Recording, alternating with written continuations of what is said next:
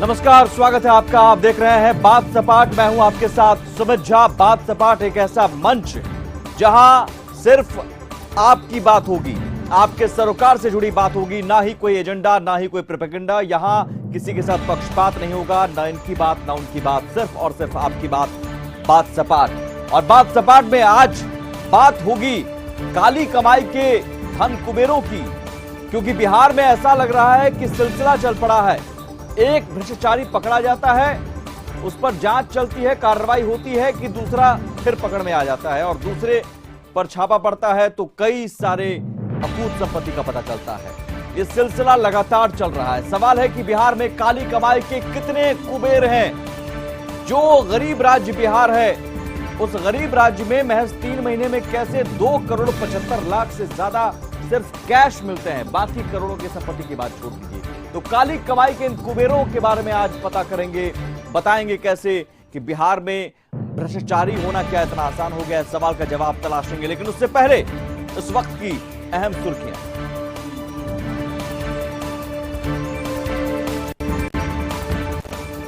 Patna high court ने दिया हड़ताल खत्म करने का निर्देश। नगर निगम कर्मियों को कहा हड़ताल खत्म करें, मांगों पर विचार कर 8 सप्ताह में आदेश पारित करने का सरकार को दिया निर्देश। पटना में आरसीडी इंजीनियर के आवास पर निगरानी की छापेमारी। अब तक लाखों के जेवरात और कई संपत्तियों के कागजात बरामद। अपने अपने जिलों के दौरे पर प्रभारी मंत्री बाढ़ से हुए नुकसान और योजनाओं पर ले रहे हैं रिपोर्ट। जिलों के जनप्रतिनिधि भी बैठक में ले रहे हैं हिस्सा।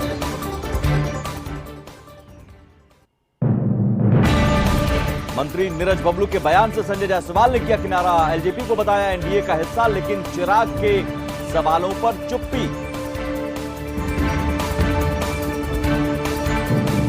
मधेपुरा में जेडीयू संसदीय बोर्ड के अध्यक्ष उपेंद्र कुशवाहा का हुआ भव्य स्वागत। कार्यकर्ताओं ने चांदी का मुकुट पहनाकर किया स्वागत। गदगद हुए कुशवाहा। नालंदा के इस्लामपुर में नाराज लोगों का दारोगा पर फूटा गुस्सा। बीच सड़क पर की जमकर पिटाई। खाद को लेकर प्रदर्शन कर रहे थे लोग।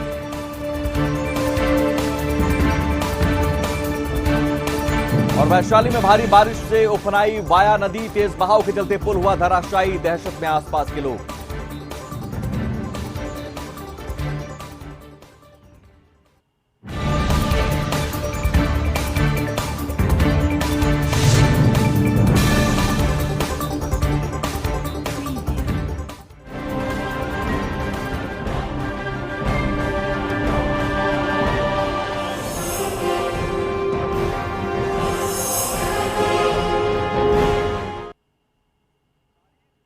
जून 2021, जगह पटना। डीटीओ के आवास पर छापेमारी। मिले 50 लाख से अधिक कैश। तारीख 13 अगस्त 2021। इंजीनियर के घर से मिला 1,43,00,000 कैश।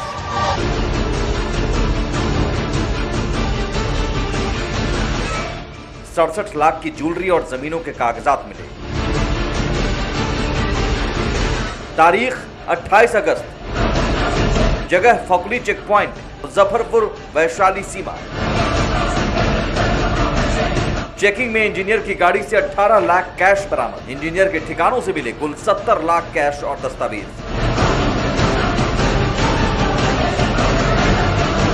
तारीख 1 सितंबर। जगह पटना।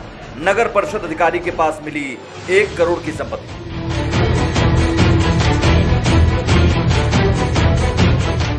तारीख 4 सितंबर। जगह पटना। निलंबित डीएसपी के ठिकानों से मिली काली कमाई। तारीख 8 सितंबर। जगह दानापुर, आरा, बक्सर। निलंबित एमवीवाई के ठिकानों से मिली अकूत संपत्ति।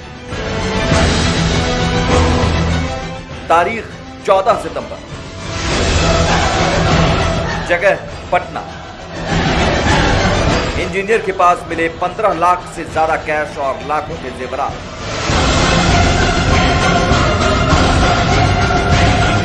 काली कमाई के कितने कुबेर।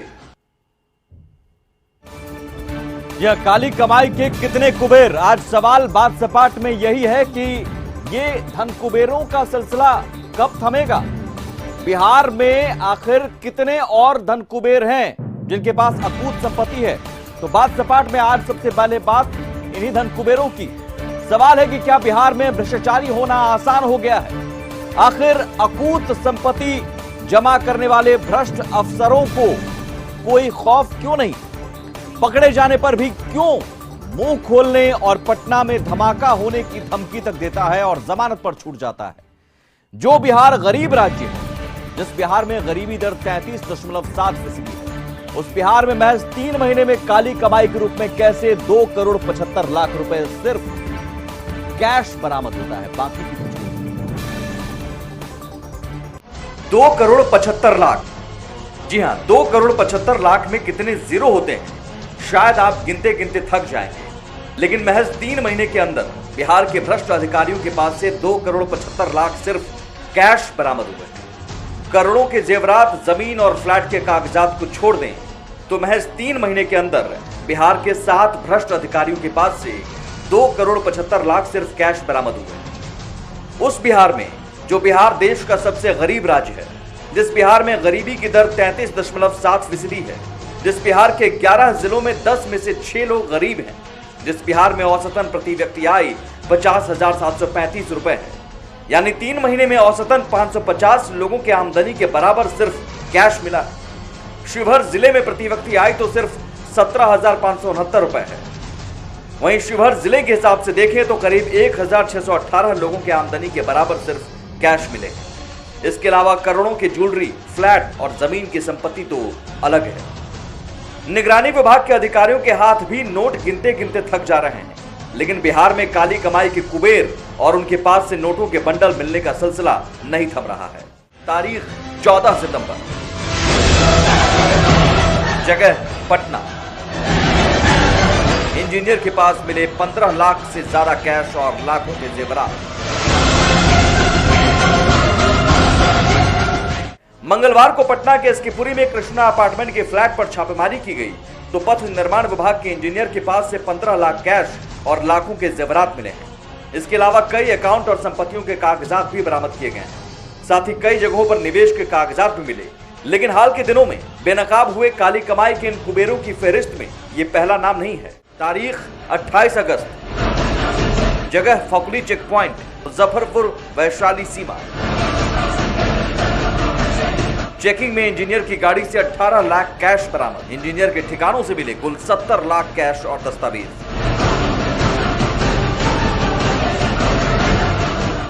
हाल ही में 28 अगस्त को मुजफ्फरपुर वैशाली सीमा पर फकुली चेकिंग पॉइंट पर दरभंगा के ग्रामीण कार्य विभाग के अधीक्षण अभियंता अनिल कुमार की गाड़ी से 18 लाख रुपए नकद बरामद किए गए थे। इतने रुपए मिलने के बाद अगले दिन रविवार को इंजीनियर अनिल कुमार के दरभंगा और पटना स्थित 2 फ्लैट पर छापेमारी कर 49 लाख रुपए और बरामद किए गए। इसके अलावा प्रॉपर्टी के कुछ कागजात भी मिले हैं। लेकिन रसूख देखिए कि पकड़े जाने के बाद इंजीनियर न सिर्फ कबूल करता है बल्कि धमकी भी देता है। वर्तमान में जो माहौल है उसमें मजबूरन रुपए लेने पड़ते हैं। प्रखंड स्तर पर तैनात इंजीनियर से लेकर पटना तक कौन है जो रुपया नहीं ले रहा, और जो रुपया नहीं ले रहा क्या वो चैन से नौकरी कर पा रहा है। मुंह अगर खोल दिया तो पटना तक विस्फोट हो जाएगा। रसूख का अंदाजा और करप्शन के कॉकस का अंदाजा आप इसी से लगा सकते हैं कि इंजीनियर अनिल कुमार की इस धमकी के बाद उसे थाने से ही जमानत भी मिल जाती है। तारीख 13 अगस्त 2021, इंजीनियर के घर से मिला 1 करोड़ 43 लाख कैश।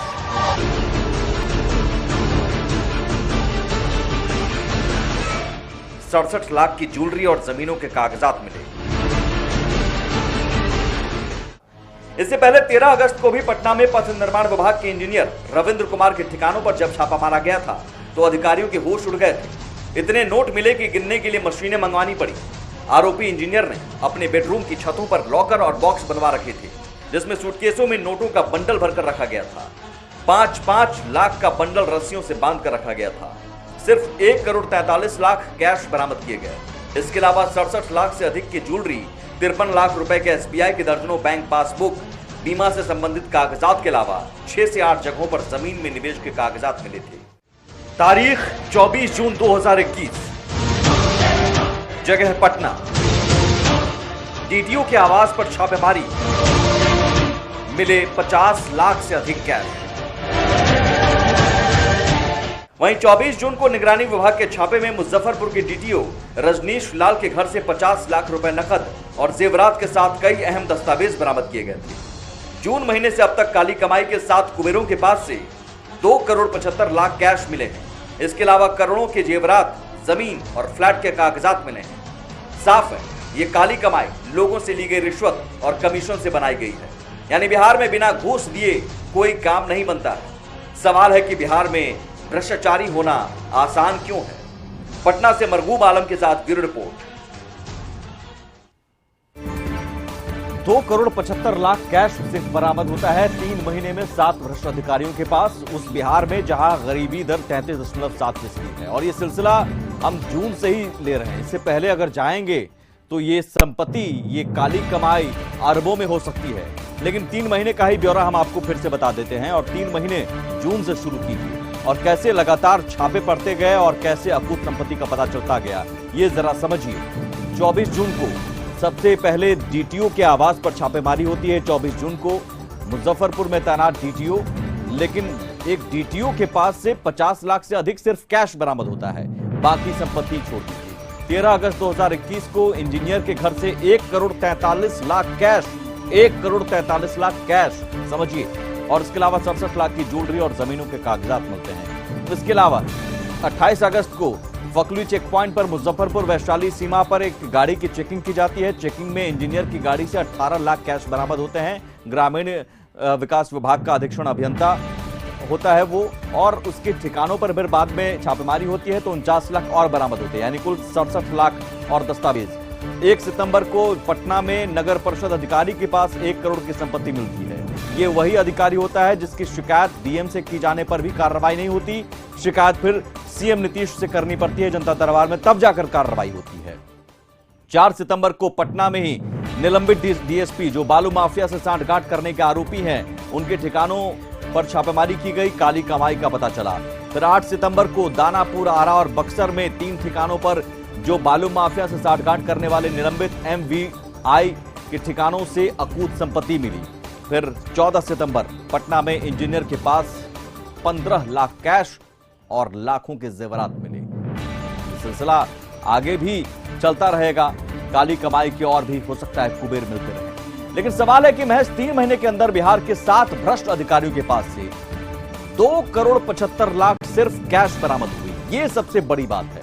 2 करोड़ 75 लाख सिर्फ कैश, सिर्फ नोट। ये उस बिहार में जो बिहार देश का सबसे गरीब राज्य है, जिस बिहार में गरीबी की दर 33.7% है, जिस बिहार के 11 जिलों में 10 में से 6 लोग औसतन गरीब हैं, जिस बिहार में औसतन प्रति व्यक्ति आय 50,735 रुपए है, यानी 3 महीने में औसतन 550 लोगों के आमदनी के बराबर सिर्फ कैश मिला है, सिर्फ 7 भ्रष्ट अधिकारियों के पास।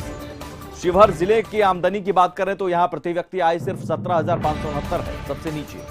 और शिवहर जिले के हिसाब से अगर आप देखेंगे तो यहां करीब 1,618 लोगों के आमदनी को जोड़ेंगे तब इतना कैश बरामद हुआ है। और इसके अलावा करोड़ों की ज्वेलरी, फ्लैट, जमीन की संपत्ति तो जोड़ेंगे तो आपको लगेगा कि इतनी संपत्ति, इतनी काली कमाई, इतनी अकूत संपत्ति जमा कर रखा है इन भ्रष्ट अफसरों ने। सवाल है कि एक मामले की चर्चा थमती नहीं कि दूसरा भ्रष्टाचारी सामने आ जाता है।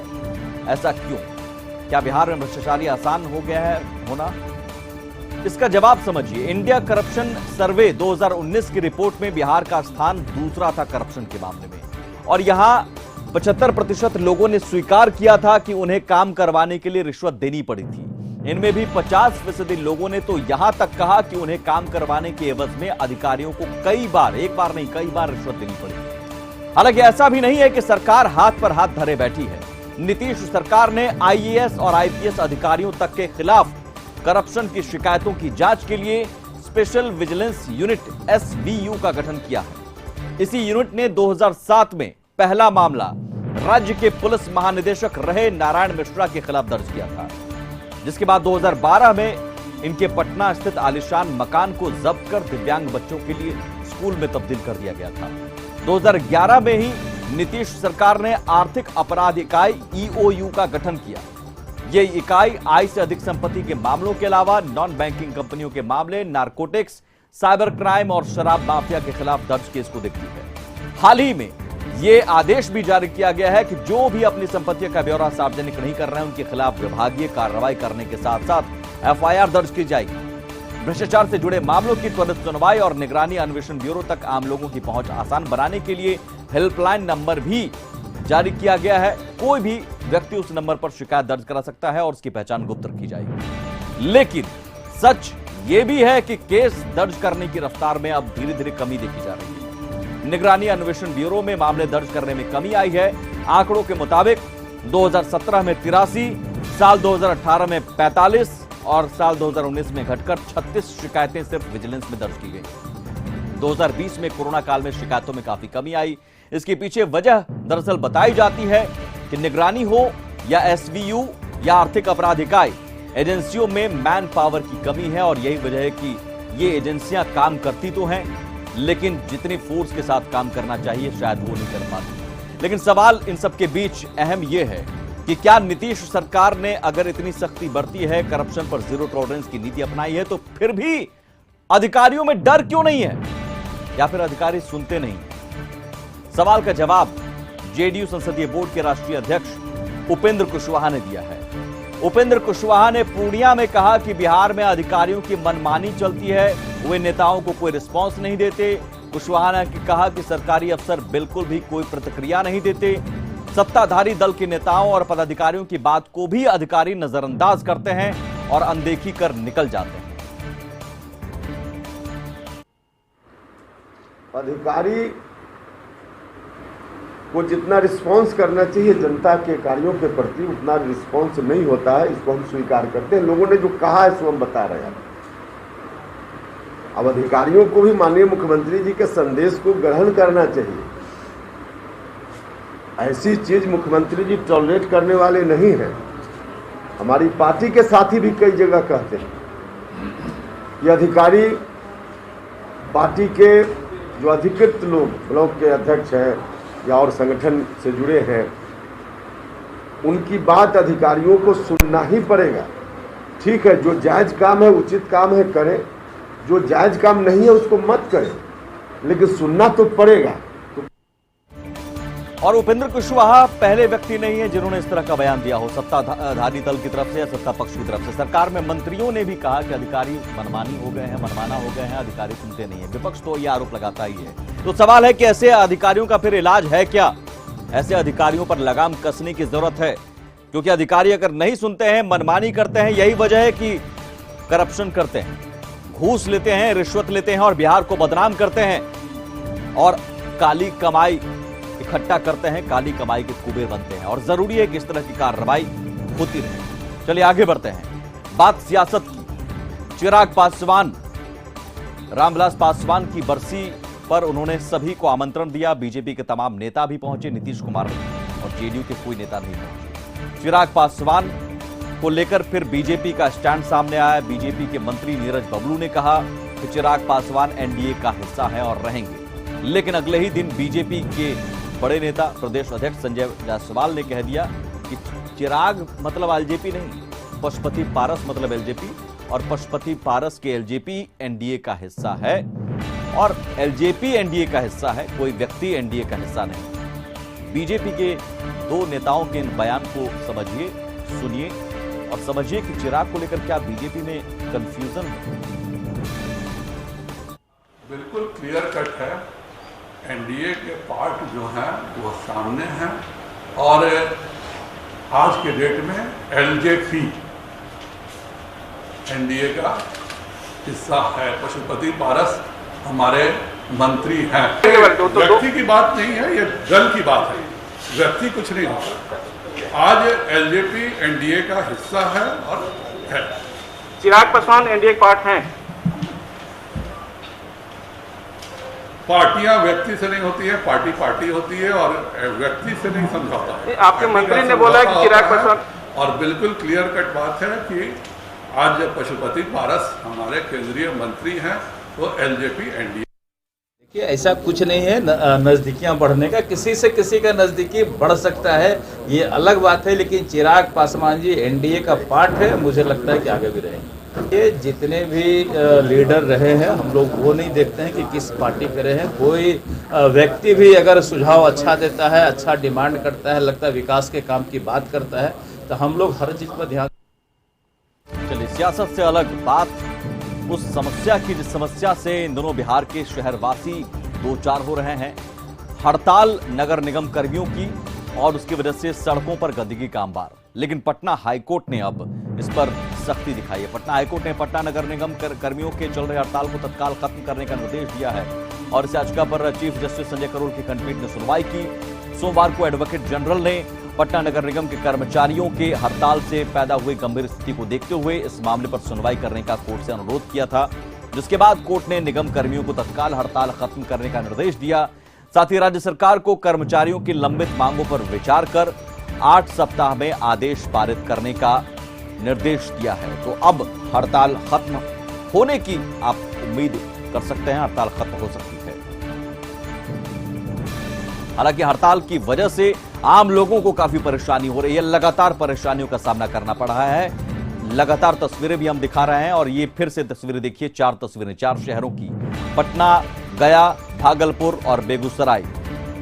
इसके अलावा और भी शहर हैं जहां हड़ताल की वजह से गंदगी का अंबार लगा हुआ है सड़कों पर। और इस महामारी और बीमारी के दौर में राजधानी पटना की हालत तो काफी खराब है।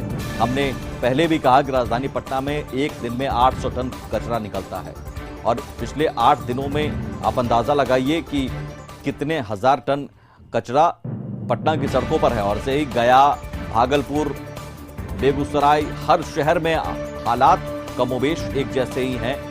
सफाई कर्मियों ने हड़ताल खत्म नहीं किया तो विष्णुपद मंदिर के पास मेयर, डिप्टी मेयर, नगर आयुक्त सहित वार्ड पार्षदों ने सड़क की सफाई ली। भागलपुर और बेगूसराय की स्थिति भी कुछ ऐसी ही है।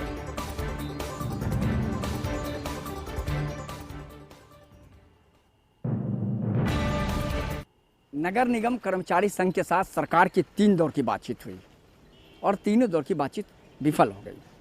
नगर निगम कर्मचारी संघ का कहना है कि नियमितीकरण, अनुकंपा के आधार पर नौकरी के साथ साथ वेतन विसंगति पर सरकार तत्काल एक आदेश जारी करे। लेकिन सरकार ने ये कहा या विभाग ने कहा कि ये हमारे हाथ में नहीं है, इसका डिसीजन कैबिनेट को लेना है। बात फंस गई। उसके बाद कल नगर निगम ने ये कहा कि सफाई कर्मचारी जो अस्थायी हैं वो वापस आ गए हैं और कूड़े का उठाव हो रहा है। लेकिन हम आपको वस्तु स्थिति दिखा रहे हैं। अब देखिए, ये हालात है पटना का, जो बहुत ही पॉश इलाका है। आप कह सकते हैं कि ठीक यहाँ कई VVIPs रहते हैं और थोड़ी दूरी पर कह सकते हैं कई बड़े पॉलिटिशियन भी आए रहते हैं। ये इलाका देखिए क्या स्थिति है। पूरा इस अपार्टमेंट, इसके जो लोग हैं परेशान हैं और हालात बहुत ख़राब बने हुए हैं। अब नगर निगम प्रशासन ये बताए कि आखिर कूड़ा उठ कहाँ रहा है, कहाँ कूड़ा उठ रहा है। जब पॉश इलाके में कूड़ा नहीं उठ रहा है तो हालात कैसे हैं, किस तरीके से यह दावा किया जा रहा है कि कूड़ा उठाने का काम किया जा रहा है।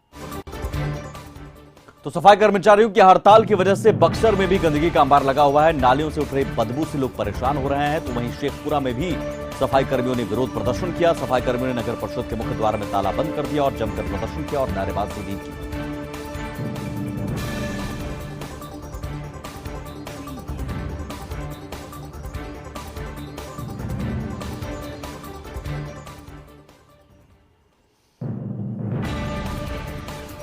हालांकि पटना हाईकोर्ट की पहल के बाद और पटना हाईकोर्ट के निर्देश के बाद अब ये हम उम्मीद लगा सकते हैं कि हड़ताल खत्म होगी और सरकार को भी हड़ताल पर जाने वाले कर्मचारियों की मांगों पर विचार करना चाहिए, क्योंकि ये हड़ताल ऐसा नहीं है कि पहली बार हो रही है।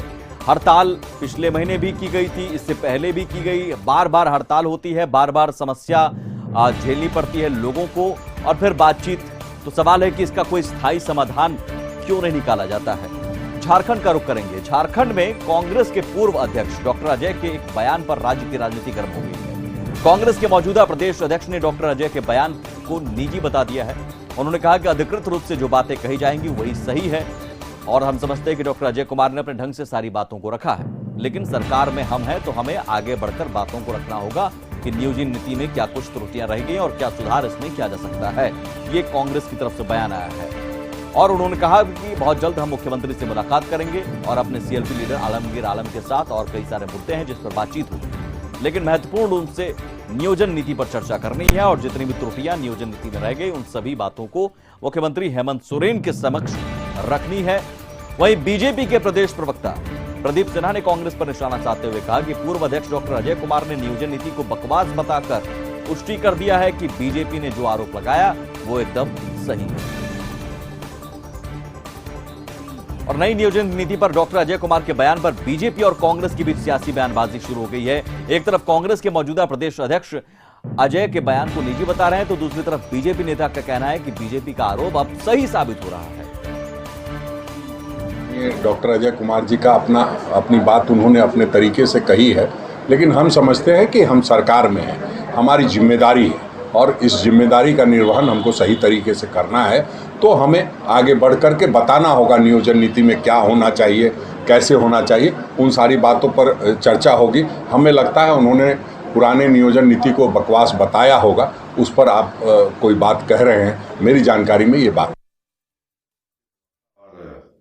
पूर्व प्रदेश अध्यक्ष अजय कुमार का यह बयान कि यह नियोजन नीति बकवास है, मैं समझता हूँ कहीं ना कहीं इस बात की पुष्टि करता है कि भारतीय जनता पार्टी शुरू से आरोप लगाती रही है वर्तमान सरकार पर कि यह नियोजन नीति बिल्कुल भेदभावपूर्ण है, समावेशी नहीं है और कहीं ना कहीं लोगों के हितों की। और चलिए इसी के साथ बात सपाट में आज बस इतना ही। कल फिर होगी मुलाकात बात सपाट में आपके जुड़े खबरों के साथ, आपके सरोकार से जुड़ी खबरों के साथ। ना कोई एजेंडा ना कोई प्रोपेगेंडा। आप देख रहे थे बात सपाट। नमस्कार।